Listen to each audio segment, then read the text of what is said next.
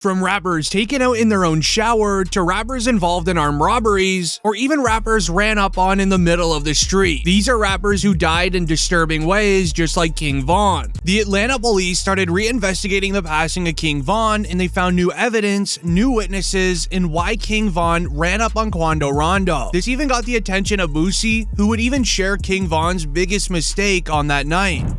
King Von I almost feel like, yeah. But I almost feel like if you have real security, all of them is supposed blast. I feel like they would have been more ready in Chicago. Sad, man, sad. I mean, the whole King Von thing is really kind of hanging me up, over bro. everyone right now. That f me up, bro. Cause I like King Von. As the police would investigate rappers' interviews over the course of the last 2 years, and they were able to connect a lot of mysteries together. As on November 5th, 2020, King Von and his crew prepared to head to Club Opium in Atlanta for his album's release party. The night was supposed to be a massive celebration of the life and success of King Von, but nobody knew that it would be so short-lived. King Von had many enemies. As growing up in a place as dangerous as O-Block, he knew the risks of being caught lacking in public, so when rolling out to the club, King Von had a consistent crew of 20 to 25 members deep. They had 8 vehicles spread across everyone. As even Von's manager 100K Track said, King Von took extreme measures to always make sure that he was safe in any situation. I travel with one security that moves with Von, and he traveled with 2 more security. You know what I'm saying? Von traveled in a proof truck, and not only that, his guys are security, man. He travels with 10 to 15 guys daily. They protect and love Von more than any security would. We're like, I think we're about 8-10 cars deep, 20-25 on entourage. However, later on in the night, something would change. King Von would act out and put his entire life in jeopardy, but in the meantime, Von's party was doing great. Everyone was having a good time inside, celebrating the success of Von's new album, but once the party ended around 2:30 a.m., Von and his entourage began exiting the club with the plan of everyone returning to their Airbnb. However, King Von, he had different plans, and he didn't let his security even know about it. Everybody mind leaving the club is that we're going to the hotel and the Airbnb, because that's normal routine. The club he went to, the after hours, wasn't getting paid for. I didn't have no acknowledgement of. His team didn't have no acknowledgement of. That was a complete Von decision. As with the whole crew heading to the Airbnb, King Von told his driver to go to another club known as the Monaco Lounge. This would be the first decision of many that led to the end of King Von. So everybody else that was with us driving to the Airbnb, and Von literally went to the venue by himself. We got a call later from people in the car, like, hey bro, we here by, matter of fact, I think from his DJ was like, hey bro, you know we here by ourselves, like, where you guys at? And everybody rerouted to that venue. As for some reason, the people in King Von's truck only let the rest of the team know about the plans once they arrived to Monaco. When the rest of the team found out, their cars then made a U-turn towards the new club instantly, speeding down the highway and running every red light. Once Von's manager got to Monaco, he knew something was off about King Von. He wasn't acting like the upbeat guy that he usually is, and instead he was very quiet. Von's crew was ready to enter the new club, but he sat in the truck for up to 30 minutes, not speaking to anyone, with his car door locked. For some reason, Von wasn't himself. This man is like, I promise you, the best artist I ever moved in my life. For some reason that night, it was off. Like, he stayed in the car for like 30-35 minutes. His manager hopped into the truck to go check on him when Von then finally agreed to go into the lounge. However, due to Monaco's club rules, King Von's crew had to leave all of their firearms in their cars. As first, they would send security in to check out the club, making sure everything was safe at every corner. I went to the car he was in. I was like, yo, Von. Went inside the passenger seat. I'm like, yo, Von, bro, what's going on? Like, everybody here waiting, let's go. He was like, all right, let's go. We're telling security, hey, it's time to go in now. Von's ready. You know what I'm saying? We've been here too long. Let's go inside the club. They check the venue, go inside, check the outside, make sure there's no... But the real danger was actually outside in the parking lot, when Quando Rondo was in his car with a couple of his own gang members trying to get some sleep. Since Von and the others were waiting for the okay to enter the club, King Von then got word that Quando Rondo was inside of his car, then told King Von that he was over there. Now, right before we go inside the club, one of his homeboys, he came to the car and said, hey, so-and-so's here. And Von just jumped up like, oh, come on, let's go. As King Von reacted instantly, jumping out of the truck and looking to confront Quando. Von seems strictly told him to chill out, not start a scene, but this didn't stop him, as King Von went around the front of the white vehicle and immediately began swinging at Quando. He jumped out the car. By the time Von jumped out the car, I don't even think he knew where so-and-so was. He just jumped out the car. He bumped into so-and-so. As soon as he bumped into so-and-so, started brawling. Then only a couple of seconds into the brawl, Quando's best friend Lil Tim comes out of the back side of the white car with his firearm, and then he would use it towards King Von, where he would be affected multiple times, and then Von's manager also got hit in his leg. Some of Von's members were still strapped. They would instantly begin retaliating on Lil Tim, making him fall to the ground only a few feet away. With the noise eclipse going off in the area, 2 off-duty officers working security down the street, and 1 on-duty officer would then pull up to the scene. They would unleash multiple rounds into the area, hitting and ending one of King Von's members, but during this, King Von lies in the middle of the street with Quando Rondo laying right beside him. People online believe Quando is trying to snatch Von's chain before fleeing the area, but 100K Track would think that Von was actually holding Quando there to shield himself from the off-duty officers. And was he trying to take Von's chain, or? Honest truth, I don't think V-Roy had no jewelry on, and from the people that was a little bit closer, Von was actually holding onto him like, man, you ain't going nowhere. Like, you here, like, even through getting he's that strong. Like, he was literally holding him. Once the scene relaxed and everyone stopped using their firearms, the race to save King Von's life was then on. His closest friend Muwap ran right into the middle of the street. He hit Quando right out of the way. Quando and his team then left the scene, while Muwap was carrying King Von into the car and speeding out. Despite being hit 4 times, King Von was conscious the entire ride. And the members with Von in the car, they spoke out, saying that Von was trying to keep everyone in good spirits and calm and telling them everything will be okay. When he was in the car, I myself wasn't there.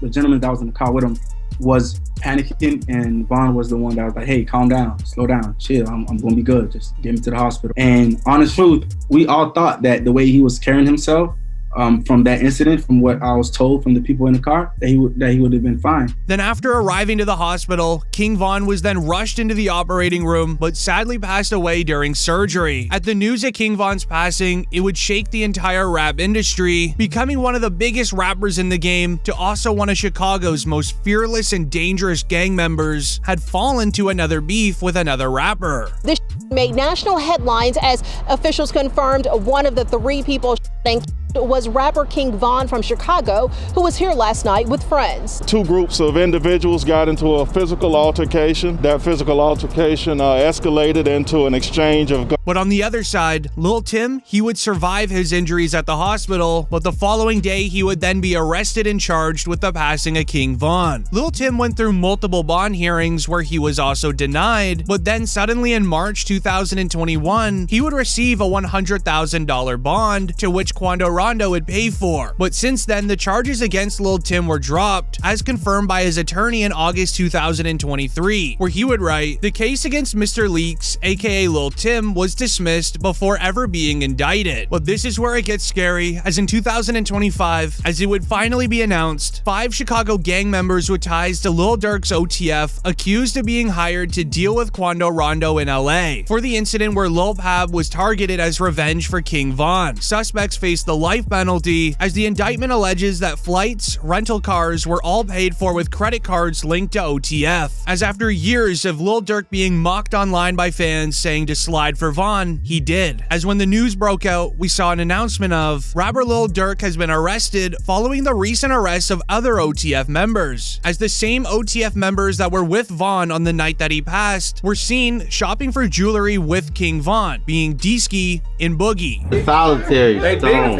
We just looked at him. Good, man. Let's go over there. What up, bro? Boss, you good? My boy. Let's go. Good. They got real in here, man, because he just stepped in. The money man just stepped in.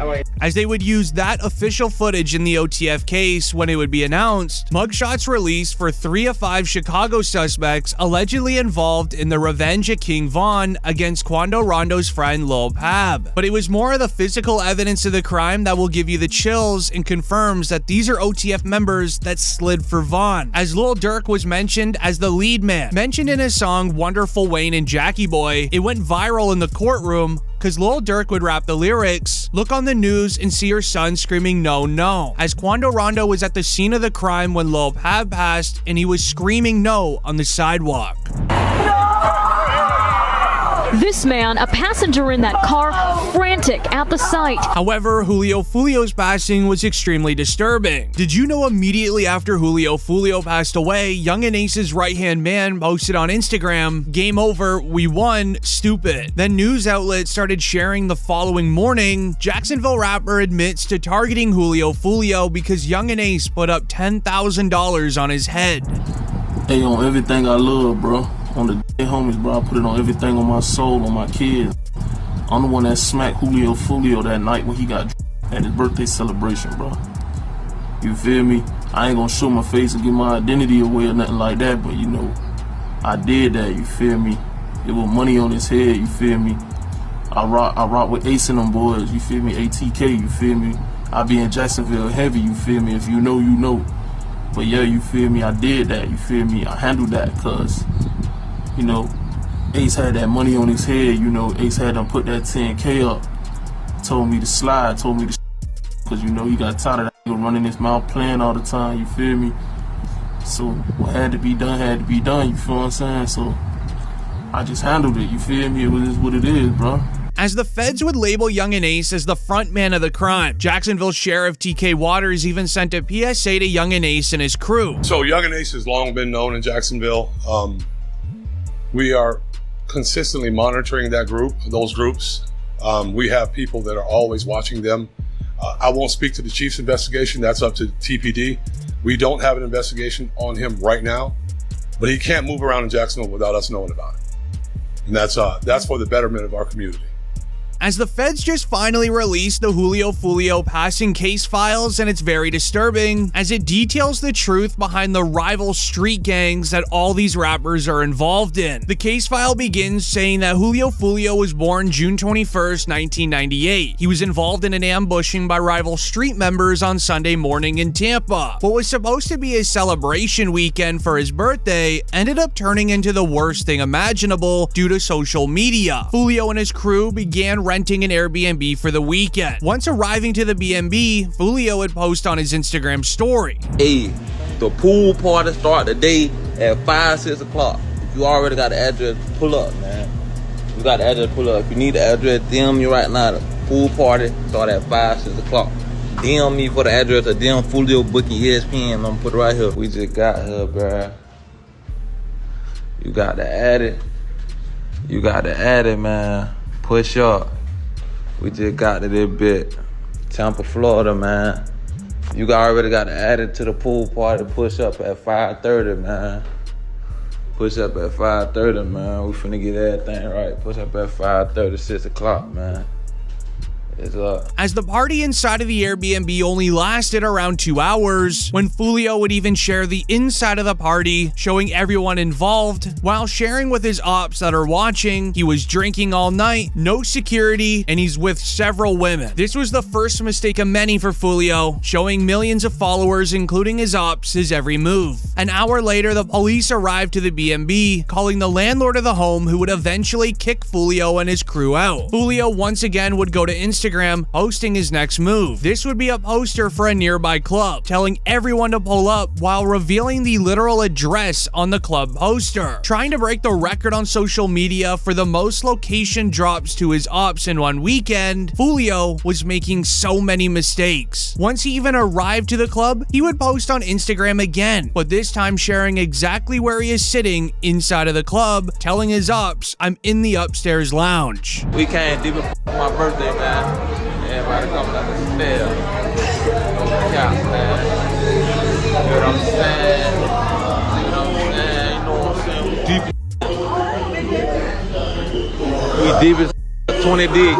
Lit everywhere we go. This gave the ops plenty of time to get together, figure out a plan, and scope out the scene where Foolio is. Taking action on the 23rd day of the month was very important, but more on that later. Foolio and his ops were done at the club. They would gather all in the parking lot while his manager would figure out a place to stay. What he didn't know was there was 3 cars across the street filled to the brim with rival street members waiting to catch him lacking. His manager scoped out a nearby Holiday Inn down the street. Foolio and his crew would begin heading down, but what they didn't know was 100 meters behind them was the ops. When arriving to the Holiday Inn, sources say everything was silent. Foolio's manager was inside booking the rooms. Then out of nowhere, several cars filled to the brim with gang members all targeted Foolio's crew with firearms. Meanwhile, there was a selected few's main job who hopped out of nearby bushes was to go and locate Julio Foolio and deal with him right then and there. The Fed's investigation lasted a year, but what they found was very scary, labeling it a clear retaliation against Foolio, especially with it being on the 23rd day of the month. Foolio dropped his hit track titled When I See You, making fun of Yungeen Ace for losing his brothers, where in the lyrics Foolio rapped, "Went out to eat on his birthday, 4 hit, 3 passed in the worst way. He kept dissing on me, and now we hit in 23. Now in the present day, those same ops on Foolio's birthday hit a total of 4 people on the 23rd day, just similar to Foolio's diss against them." As Yungeen Ace would then rap in his newest song, 4 in the car, 1 them gone, 3 got hit, recreating Foolio's lyrics against him, but changing the order. With the lyrics containing self-snitching, however, it gave the feds a lead that Yungeen Ace quickly sniffed out. When Yungeen Ace knew the feds were breathing down his neck, he would then go and close his gang ATK. He would tweet, "Ain't no such thing as ATK no more. That stuff is gone and over with."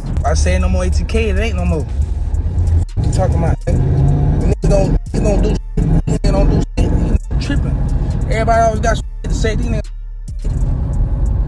When the time for the Lord to be paid, where the niggas be at? Got all this shit to say. Where the niggas be at though? Where niggas need to get buried? When the time to spend that money, where the to be? Always got shit to say, but don't be on shit, man. They don't get no feet wet or nothing, man. Niggas be talking, man. What's wrong with these, man? Talking about uncomfortable. Don't talk like me. Don't get the man. When I say no more ATK, ain't no more. As this entire situation was clear as day, fans even commented, "LOL, he's watching that Lil Baby interview," with another sharing that Rico's coming, as Lil Baby did the same thing, closing 4PF, as he even knew the feds were breathing down his neck. Even DJ Academics had told him in the past that he is next. Whack 100 recently spoke about you and he says, "You're next." Why would you say that, bro? Why would you wish that for me? Well, I don't know if he was wishing that. I think he's just thinking about, like, you know, in terms of, you know, people want to get the target, like the high profile target, and if Foolio is out the way, now they're like, well, the only way to make another thing is you. Well, I wish that on me, bro. Man, bro, I've been living my whole life. I'm not letting you get up on. I'm not letting nobody get up on me. So I don't. With his passing now, right? Does it mean that this whole situation is over? There's never no situation. As Yungeen Ace has been tried many times by his ops, however, he's now being targeted by the police. This was even confirmed by Yungeen Ace himself. He would call out the police for canceling all of his concerts, trying to limit his business and income. Jacksonville police and I don't know how they be doing this, but they always call around and cancel my shows. What's up with y'all? What's going on? Why y'all want to cancel my show? I don't even live there in Jacksonville. Why y'all want to cancel my show? Why y'all trying to my money? Yeah, man, y'all trying to my life. Cause y'all worry about what I got going on. I ain't with y'all. Y'all canceled all my shows, but I just had a show in Tampa. Y'all got my show canceled in Tampa. I had a show in Virginia. I called, got my show canceled up. I had a show in Gainesville. Y'all canceled my show in Gainesville before. Daytona, You feel me? Like, what's really going on? However, deeper down the federal investigation file, it got very scary as they would end up detailing the main reason they targeted Foolio. This would be the passing of Yungeen Ace's best friend, ATK Mitch. ATK was creating a 2-year setup on Foolio, as 1 month before the passing of Foolio, he would end up sharing in an interview that both groups agreed to stop going against each other and trying to limit the crime rate in Jacksonville. No record. Y'all probably didn't know this. Even though I said what I said, bro, me and J.Dot Breeze supposed to be doing a Stop the Violence song. We probably gonna get that shit in motion. So and just get that shit out the way for the kids, for the youth and shit. And yeah, we gotta make this look better, man. You and J.Dot Breezy have a Stop the Violence record coming. Yeah, that shit, it's talked about. I DM'd him about it. My big cousin wrote him about it too. He said he with it, I'm with it. But basically right now we trying to find a beat. But the feds would detail that they believe ATK wanted Foolio to let his guard down, which he definitely did on his birthday, as Foolio likely felt like he had no ops anymore, posting every address, every location, and even who he was with. This was all a revenge for what happened in April 2022, when officers saw Foolio driving a Dodge Durango with an illegal window tint. They would pull over Foolio on the side of the road. Once Foolio told the officers who he was by handing over his driver's license, he was immediately handcuffed and placed into the police patrol car, and he would be questioned about the passing of ATK Mitch. All right, so I ain't want to bring it up. I know you're gonna be upset. Mitch, there's some texts I want to talk to you real quick about what happened to Mitch. How long that's gonna take? Not that long. Depends on you. They're just gonna ask what you know about what happened. Once he was taken into the car, Foolio knew that he would be questioned, and he was then quickly taken in to be interrogated at the station. I used to come to my mama's house. I used to stay on the corner. He used to come over there, show his, you know what I'm saying, support. What type of work do you do? What type of artist? You're an artist. Okay. As far as Mitch go, what are you hearing? Nah, really, I was in Miami when I heard the news. You know what I'm saying? I was down making music, and I saw posting on Instagram, Mitch, everybody, the whole Jacksonville, Mitch.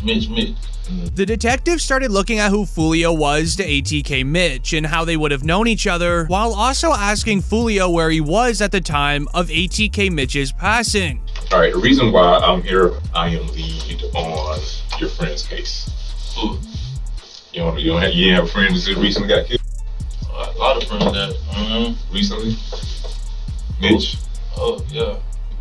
So I'm lead on that. I don't know how close you guys were. Can you kind of give me just run down on y'all relationship when y'all met? How long y'all been partners or whatever? The detectives, though, had nothing on Foolio, but they knew that he was involved due to his music, as the lyrics in his songs described ATK Mitch's passing, so they just tried fishing for any information they can get from him. But Foolio continued to tell the detectives that he didn't know anything. Guys, if you may know or hear something, that'd be helpful as well. Because if you know his mom, you can sit up there and call his mom, then I'm pretty sure you would want her to have some answers as well. My little brother, I don't know who did. I don't know. I ain't here. That's what I'm saying. You will never know. You know what I'm saying? I don't know. No, I just heard it. They say little brother. I'm like, you know what I'm saying? I'm in Miami at the time though. You ain't tired of that, man? Yeah. But I'm known to this. As while Foolio was shutting down his involvement, they would ask Foolio why his music is related to so much crime in the Jacksonville area. He's literally describing how crimes go down in his lyrics. As the detectives, they're just getting frustrated as they know he knows exactly what happened to Mitch. Do you think that your music or your ways or the way you conduct yourself through your music had anything to do with him? Nah, because even before I was rapping, it was... You get what I'm saying? Like, you can't just say it's my music, that's why somebody, you get what I'm saying? Okay, do you think it influenced someone or triggered someone, like the way y'all going back and forth with it? Do you feel that way? No. A song can't make no do nothing, bro. Leaving many angry with Foolio for lying to the police, but in 2025, according to the Fed records, they all look at Foolio's passing to be a retaliation for ATK Mitch. Even Charleston White agrees, as he doesn't believe Foolio should have lied. And everybody saying, man, what you think about this? Well, all I'm gonna say is, man, that works hard to die. Did he earn this here? And goddamn it, should nobody be sad? Where that lived and talk gangster, Should nobody be sad what did happen to Julio Foolio? One thing we know about it, he didn't go to heaven. That ain't good, wasn't it? Yeah, now one thing about it, he ain't in heaven. Now, wait, that boy, he had all the time in the world to apologize to them people. He was going to the graveyard, rapping at the graveyard. Man, that was making people mama cry. It's some people relieved, wiping their forehead saying, "Ooh, Lord, thank you."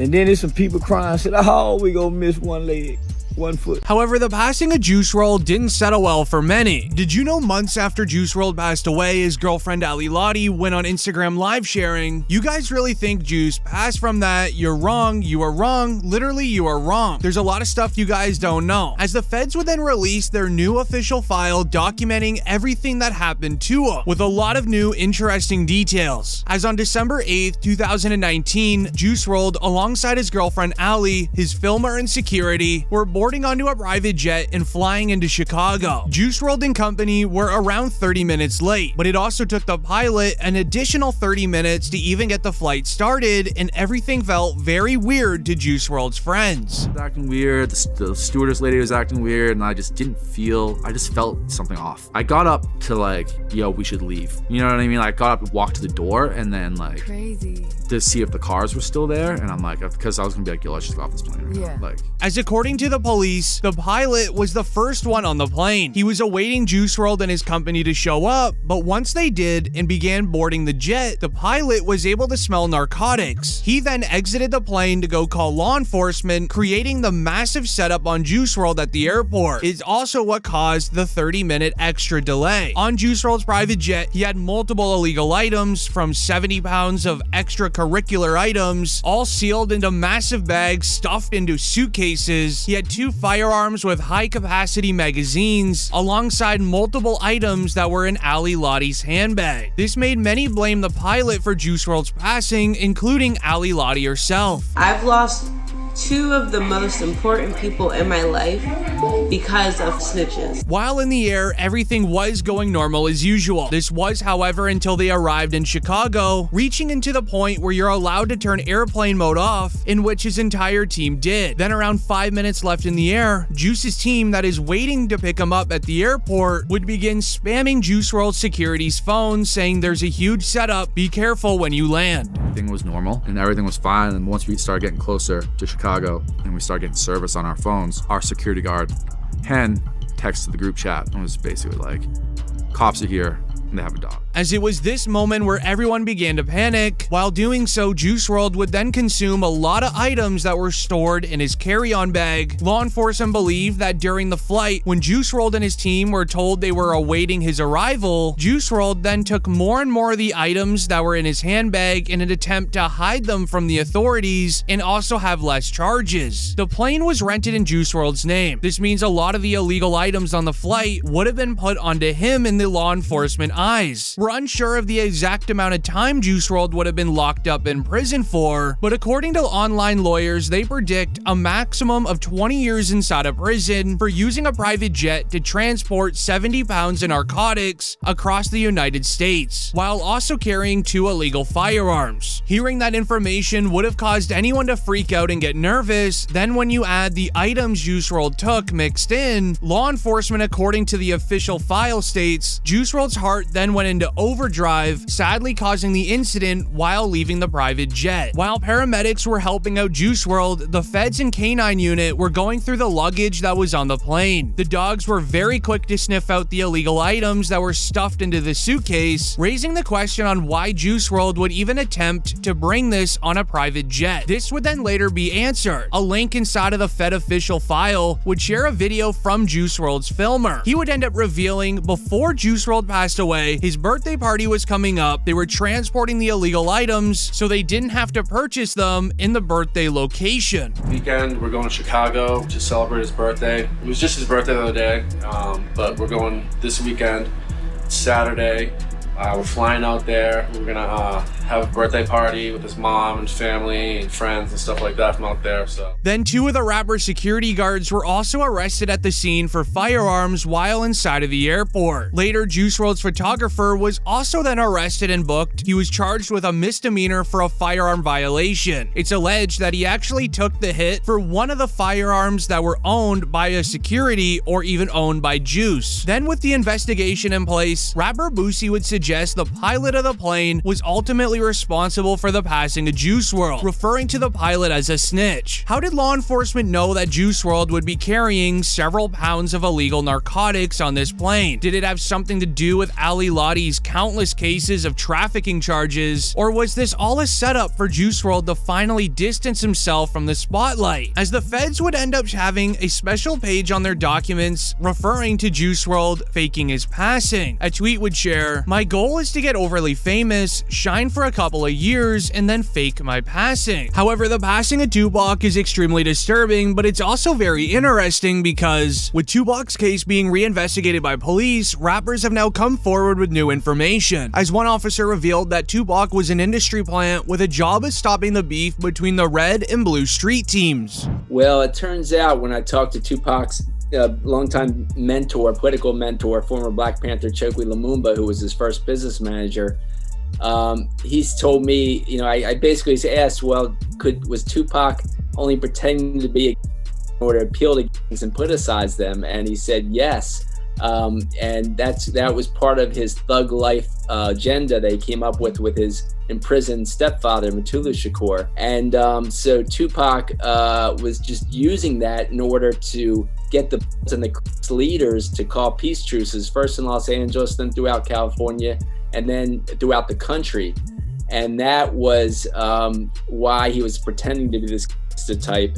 And really, he was just an intellectual prodigy. With the plan obviously not working, he would then suddenly pass away. However, it's when you compare that evidence to a 2010 interview with a rapper named Tretch, this is where it gets weird. As in 2010, Tretch was interviewed on the topic of Tupac before a concert. Tretch and Tupac were very close homies way back in the day. They even worked on a few albums together, but here's where things get strange. After Tretch's interview, the cameraman forgot to stop recording and he placed his camera onto the floor. In the footage, you can hear the interviewer asking Tretch about Tupac, to which Tretch responds, "Last time I saw him, he was in Cuba." So if you ain't ready for it, get on the sidewalk. One last question.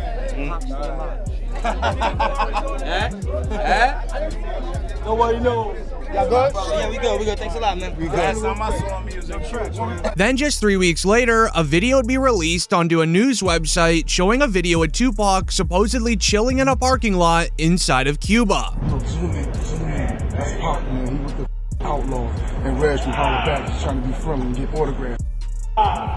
Holla Back exclusive, baby. Holla Back. This is what created the Tupac is alive in Cuba theory, and ever since, it's been the biggest theory of all time. However, now in 2025, it doesn't seem like a theory anymore. Like the video if you agree. As Suge Knight agreed that Tupac is alive and well. He said so in so many interviews over the course of the last 2 decades, as one interview from Suge makes a very convincing case for Tupac still being here, where he would reveal Tupac was doing fine in the hospital before his passing, stating, and I quote, "When I left that hospital, me and Tupac were laughing and joking. I don't see how someone can turn from doing well to doing bad." I mean, when I left that hospital, me and Pac was laughing and joking.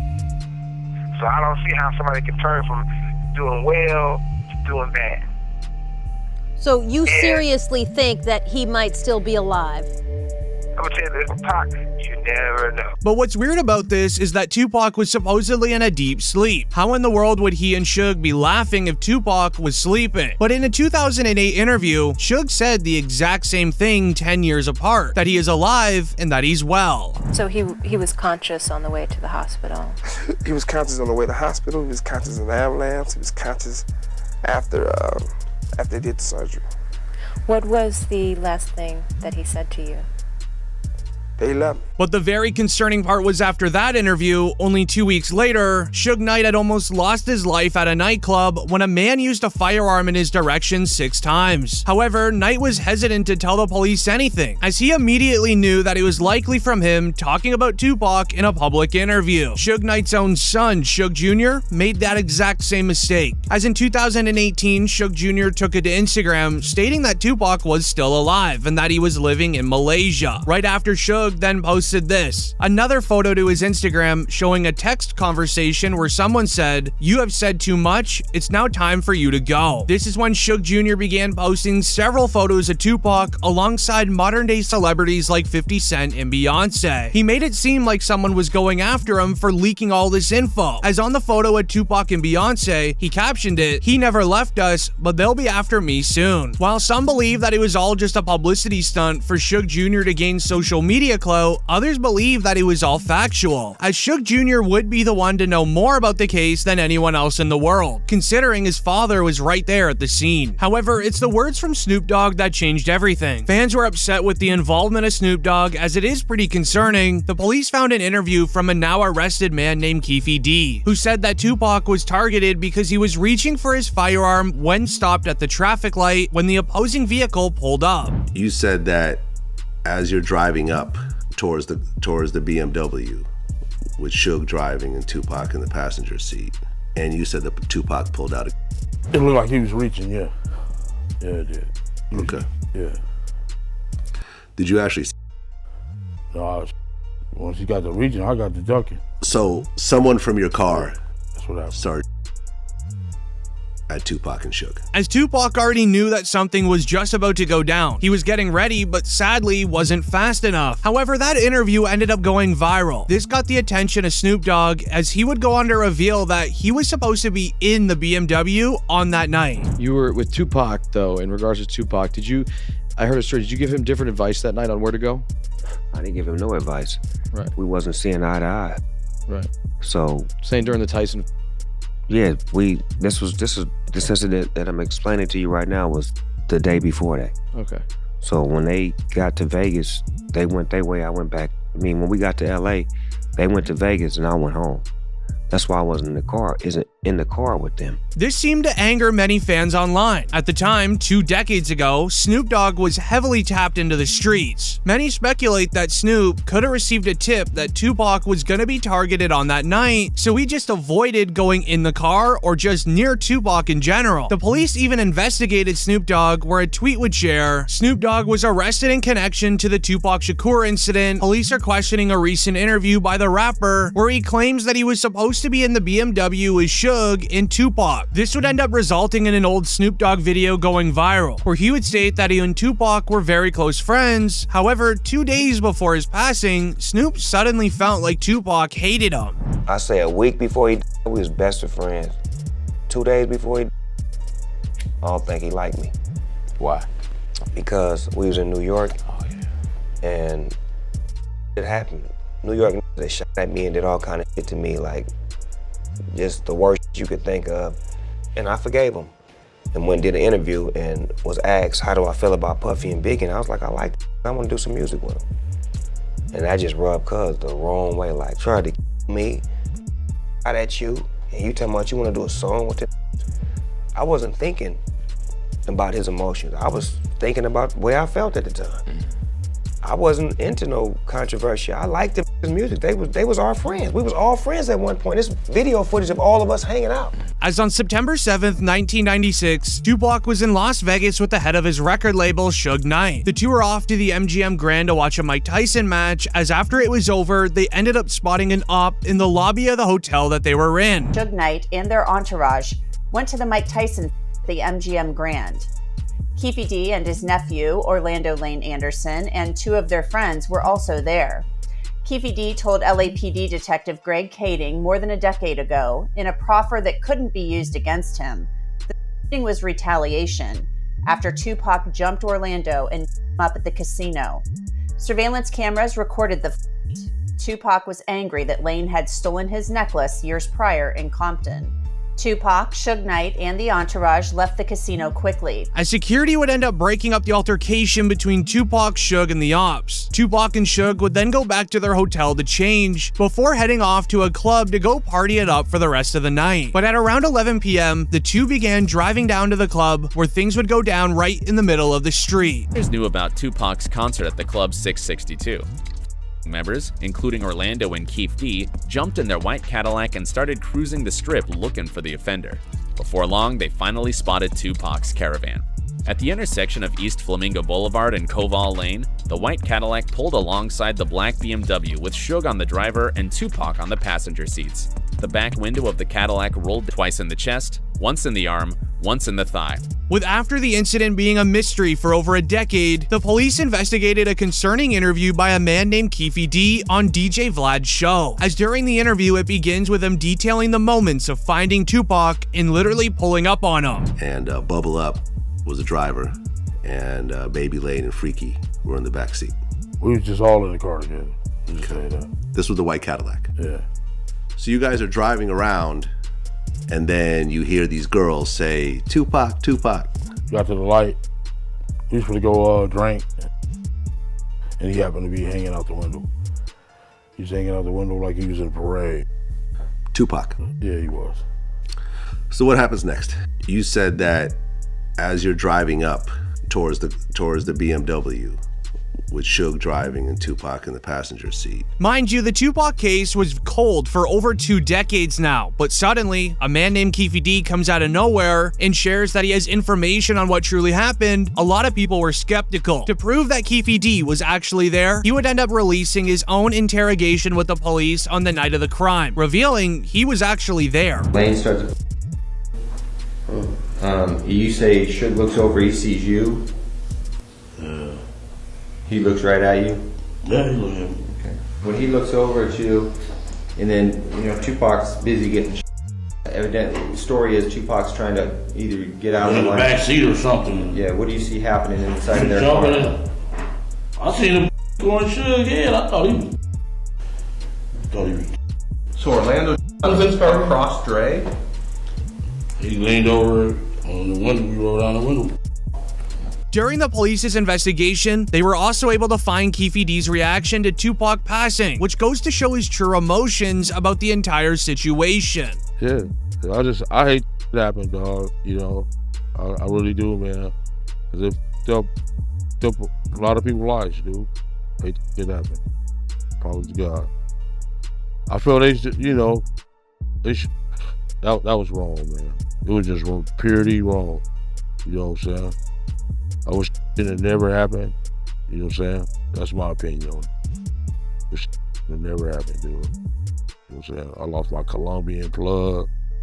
You know what I'm saying? Been having the feds up for 15 years. Couldn't do nothing. Couldn't catch a break, bro. You know what I'm saying? And I did time behind. However, this is where things get very weird. Keefe D actually wrote an entire book on being involved in Tupac's passing titled Compton Street Legend, including interviews and as well as just straight up hints towards doing the crime. But why is he now just being arrested after releasing the book several years ago? Fans believe that it's all a cover-up and that Tupac is still alive, and with the information I shared in this video, people are getting way too close to finding the truth, so they're gonna throw an elderly man inside a prison and blame him for passing a Tupac. As the passing of XXXTENTACION should have never even happened. Did you know right before XXXTENTACION passed away, he would post on Instagram, "If anyone tries to get me, it was at Champagne Poppy, aka Drake. I'm snitching right now." With even a lawyer in X's trial saying that Drake was responsible. And do you think that for one moment, here today, days after the event, 2 masked men, right? He came on social media and said, guys, if anybody is straight, do you think in that time span that they went and they addressed him and talked to him? No. Do you think sitting here today, years later, any detective has ever asked, you know, Drake or anybody like that? No, they never did that. So you ask yourself, how could that be? And you say, hey, it's so-and-so, you better believe so-and-so is gonna get investigated. But in this case, they didn't do it. They didn't do it because it didn't comport with their version and their narrative. And as law enforcement, I think that they have the obligation to do so. Then suddenly, 6 months after the passing of X, a viral TV program based on religious camps would show someone attending it looking like his twin. In this camp, there is no internet access, no cell phones, or even TVs, making some believe that he is still alive and that he's hiding. But here's the truth. On June 18th, 2018, X would start his day by going into his BMW i8 and driving to Rehab Motorsport, a massive retailer for all things motorcycle, boats, and off-roading vehicles. Once arriving to the store, X finds a motorcycle he likes, when a manager would then tell him they do cash deals for a discount. X would leave the shop, where cell phone evidence from his trial shared. X would end up calling his mother, telling her that he's gonna buy a new motorcycle. His mother told him to come pick up his uncle, so then someone can drive his i8 back home. After picking up his uncle, the two head to the Bank of America to withdraw cash for a new bike. Security surveillance caught XXXTENTACION even walking into the bank. During your encounter with Mr. Envoy during this time, what was his demeanor like? Fun. Who said he seemed happy?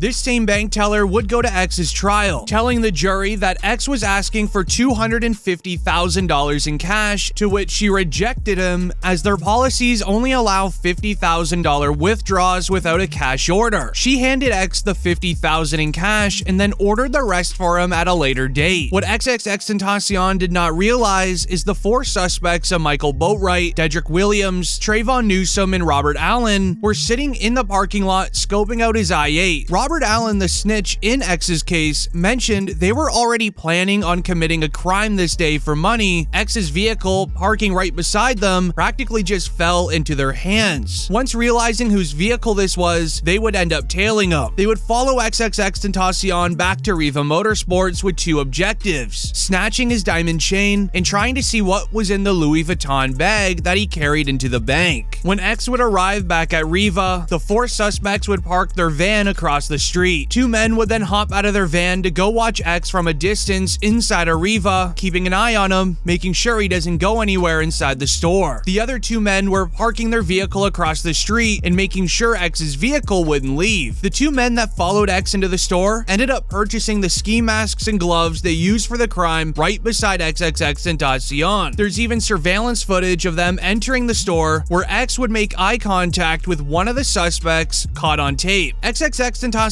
would continue on, looking at other motorcycles with his uncle, as he wasn't able to obtain all of the cash that he needed. He ended up not even purchasing one, meaning all of the cash in the Louis V bag was all still in it, to which these robbers would end up flexing on Instagram, but more on that later. It would sadly be this tragic mistake that took the life of XXXTENTACION. When arriving back to his BMW, he sat in park for roughly 7 minutes. Court evidence suggests that he was using his iPhone on Instagram and Twitter. With him sitting in park for 7 minutes, it gave the other two robbers inside of the store enough time to leave, sprint over to the van across the street, and get ready. When it was time for X to leave, he would turn his vehicle out of his parking spot and then enter the one-way parking lot exit. When trying to leave, a minivan would pull right in front of X's car, blocking him from leaving, to which two men then hopped out of the van, one on each side of X's car, holding firearms, demanding him to roll his windows down and hand off the bag of cash. XXXTENTACION refused to give up the Louis V bag. With them getting extremely angry, X's uncle in the passenger seat was then seen opening up his door, leaving it wide open, and then he would sprint away back into Rehab, leaving XXXTENTACION all by himself with an entryway right to him. A small brawl would end up through X's window. Meanwhile, the other robber would just go around the car to the open door, to which he would then commit the crime against XXXTENTACION. The two men were then able to run off with X's Louis V bag full of cash, hop back into their vehicle, but inside of the court trial, it was revealed the prosecutor says Dedrick Williams was driving and cut off the car being driven by XXXTENTACION. Michael Boatwright and Trayvon Newsom put the ski masks on and had the firearms. The passenger managed to run away. They approached X, and then Boatwright did the act towards them. But this is where we would learn the truth. Robert Allen, one of the four suspects, suspects would end up taking a plea deal and snitching against the other 3. We learned exactly how the 50 grand was split, including photos of them flexing the money. Michael Boatwright, Dedrick, and Trayvon all got $15,000 each, meaning Robert, the snitch, was only given $5,000. Pretty interesting, the man paid the least amount of money is the one snitching. As this tweet would also be shared, pictures taken after XXXTentacion's passing the same day shows defendant Michael Boatwright flashing a ton of cash. Defendant turned state witness testifies this is X's money, and the photos were taken hours after the incident, revealing these photos of the suspects flexing a few $1,000s worth of cash thinking they're cool. Meanwhile, they could have worked at McDonald's and made that money legit. Shortly after Robert Allen shared the money, he would then end up sharing what X's last words were. After the incident was done and the suspects hopped back into the vehicle, they shared what X was saying. As said by DJ Academics, XXXTentacion's last words were, "What is this for?" making his passing feel even more upsetting. X didn't even understand what was going on. It all happened within seconds. Did you know the moments leading to Pop Smoke passing away was so disturbing that many thought it was fake? A tweet would even read, "Hollywood is so scripted, I don't believe the Pop Smoke case one bit. He got rich off rapping and just wanted out of the game. Even when investigating through the official police records, something feels off." As on February 17th, 2020, only 48 hours before his passing, Pop Smoke had been hanging out around New York rapper Fabio Foreign before flying back out to Los Angeles. I woke up,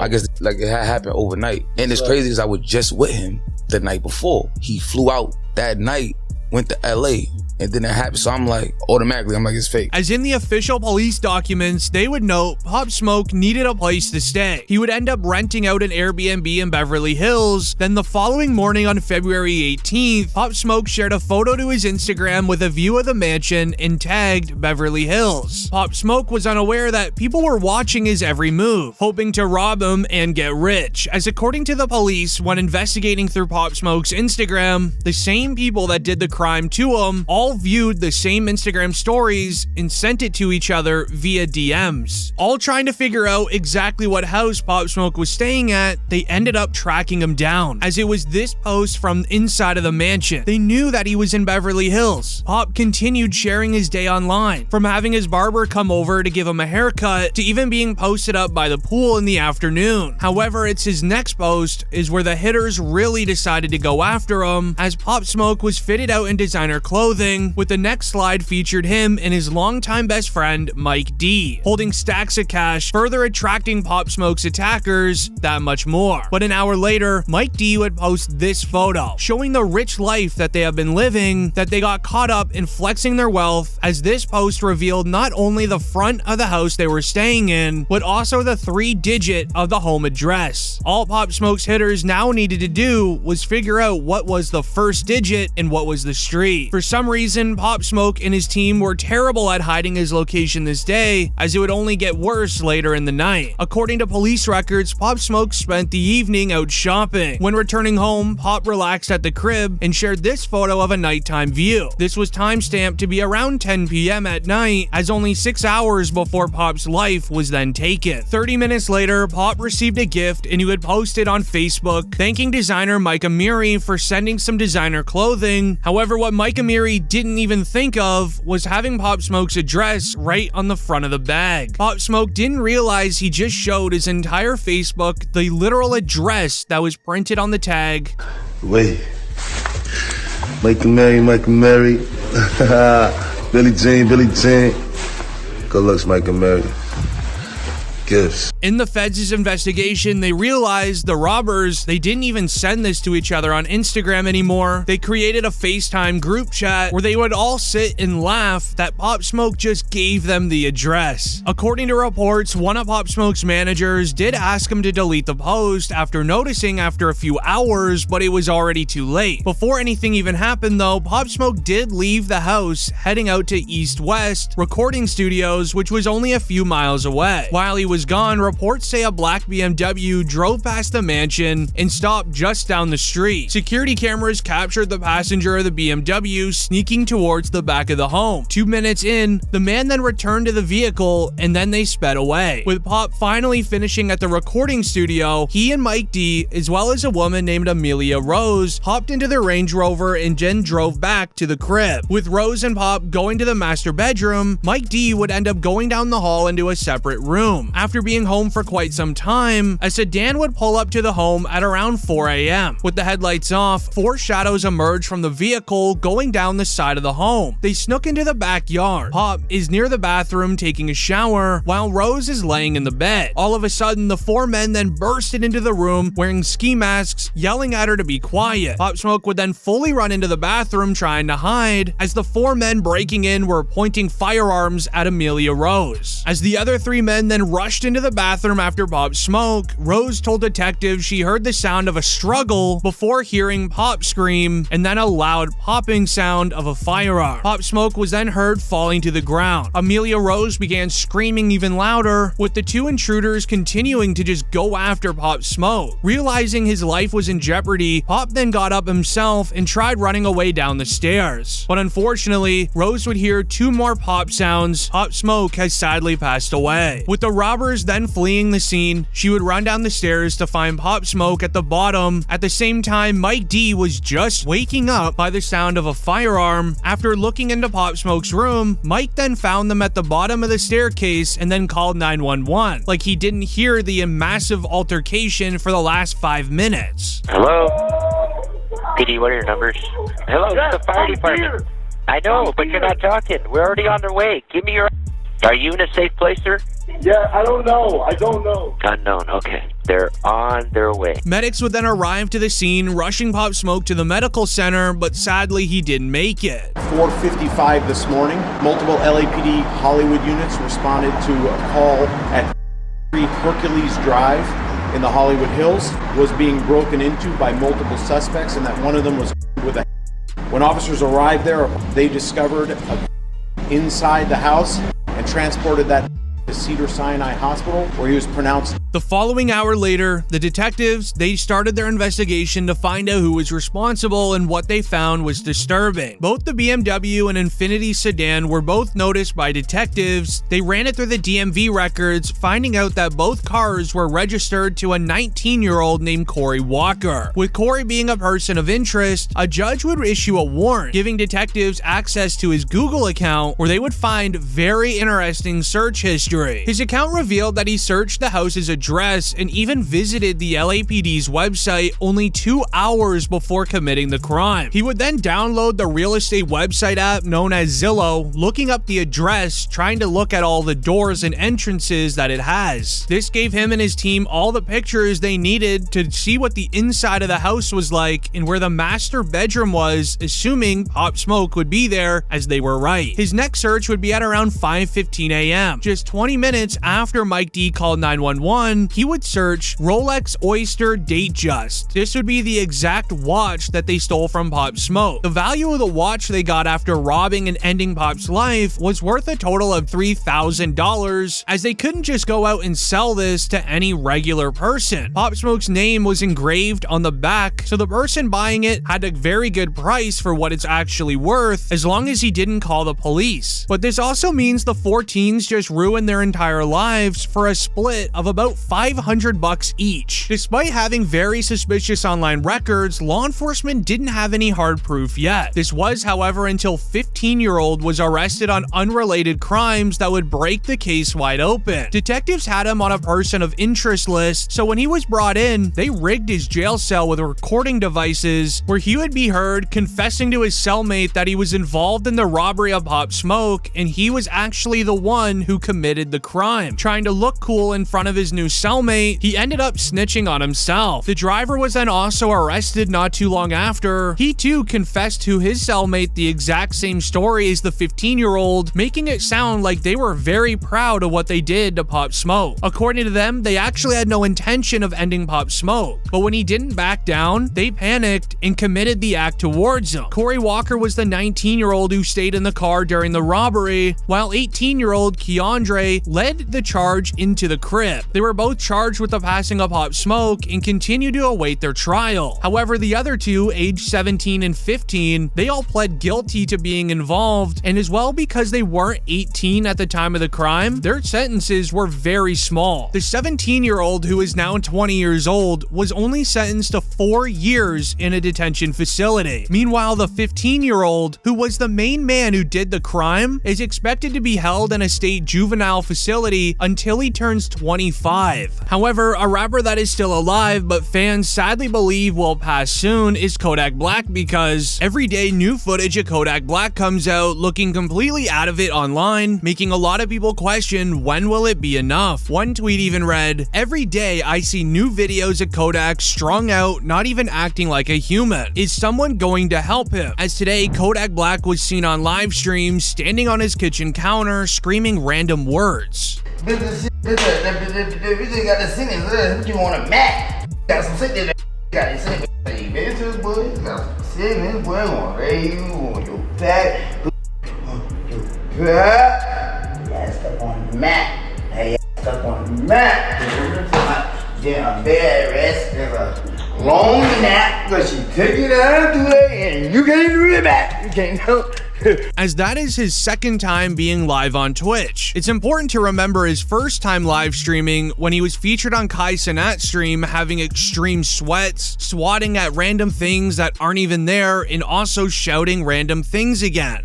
You can't always say it, but at times when it feels good, that's what you say sometimes. Yeah. I thought your name was Bubba. Hey, oh. As even the morning after the Kai Cenat live stream, Kodak was seen on IG Live trying to explain the situation, telling everyone to leave him alone and that it's his life and not theirs. Say y'all people like who be on that, y'all be on all type of shit. Y'all be on shit, all type of stupid. But I take you one person and y'all be so hurt. Y'all wanna like it anyway. Yeah. Everybody else who be coming like on that timing, they ain't got no motion. They broke, they hurt, they something, or they trying to come into life some kind of way and trying to like look for any type of relationship. Yeah, I could come in that way. Oh, I think you need help. Oh, look, bro, try to like, and then y'all don't think. However, there is an explanation on how we even got here, which is very important to hear, as who knows how much longer this will even last, as on February 28th, 2023, it would be announced Kodak Black admits to being on drank, but denies being on other items after pleading not guilty on possession and firearm charges. I was on the and I was asleep in front of my family house, bro. That's it. I was on that drink, sleep in front of my people's house. But that ain't illegal. And that ain't illegal. I mean, so all that shit is just the process that it had to be in other mud shot. The process that even though like bogus is plastered all over the internet. Then on top of that, it's like, bro, like, I'm Haitian, I mean, and then it's just like my era, shit, bro, like, nah, like, man, you better off. As shortly after this IG Live, the feds would then raid Kodak's Florida home while arresting the rapper. While arrested, he would then hire his lawyer, Brian Cohen, where the two would secure a deal to have Kodak Black sent to a rehab center rather than going to jail for who even knows how long. Kodak, whose real name is Bill Capri, faced a judge Tuesday in Orange after turning himself in following an arrest warrant issued for violation of his pretrial release. Authorities said he tested positive during a random test earlier this month. What is this? I'm just not right about this situation.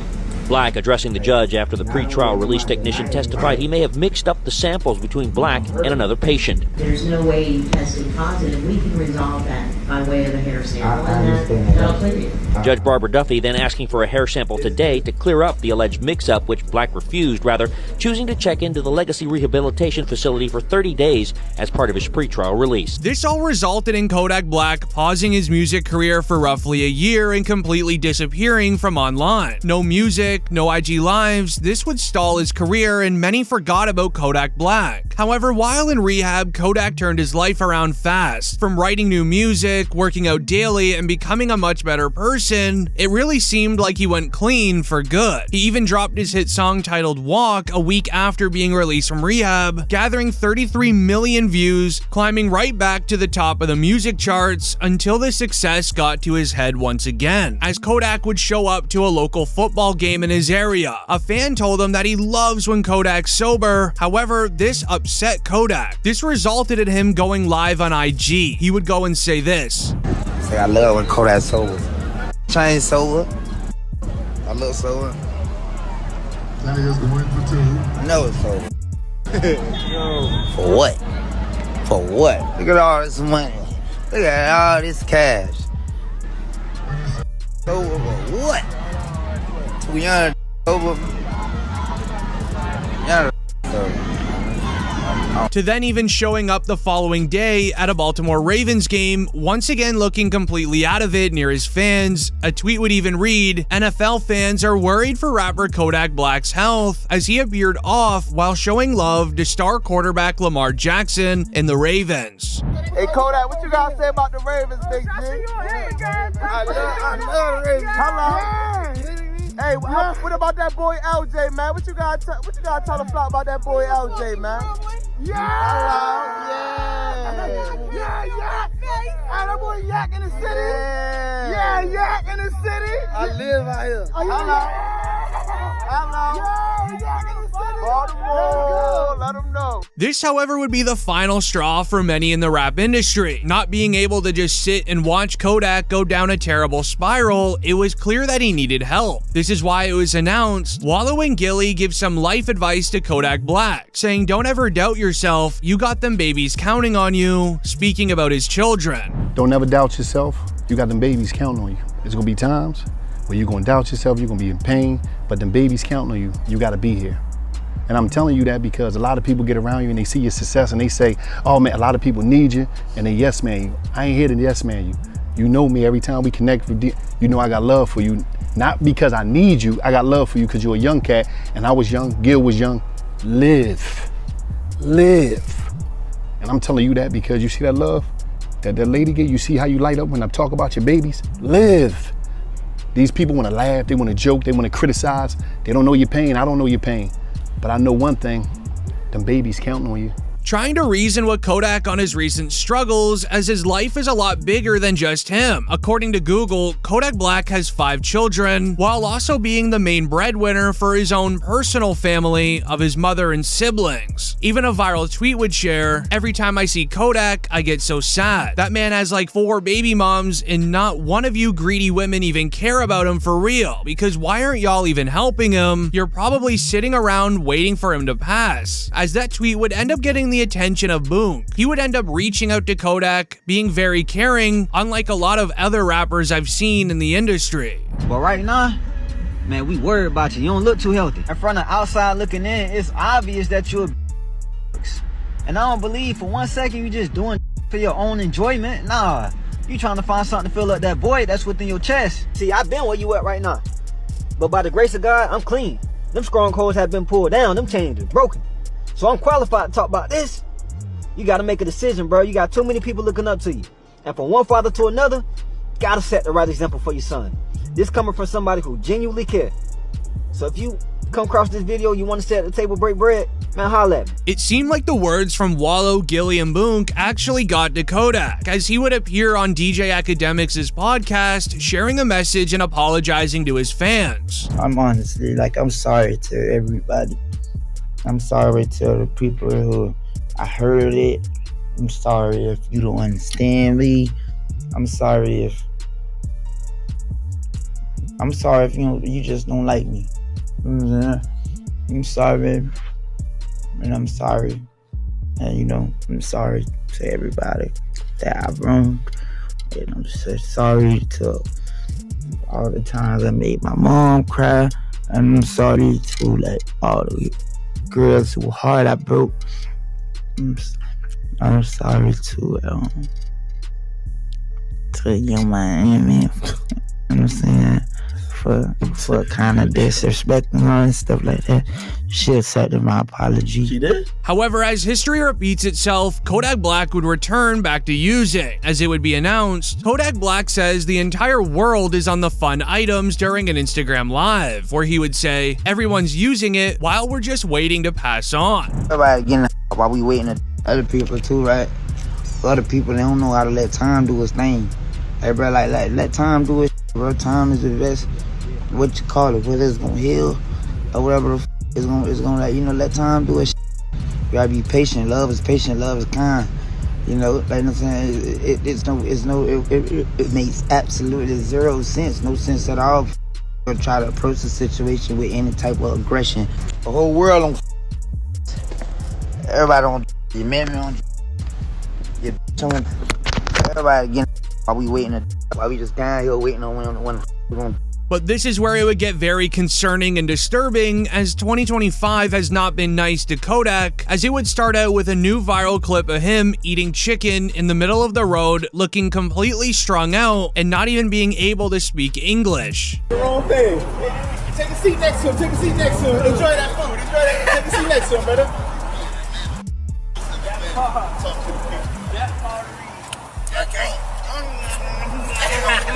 Oh, hold on, please. I want to be part of bro, I want to join that, bro. I want to be down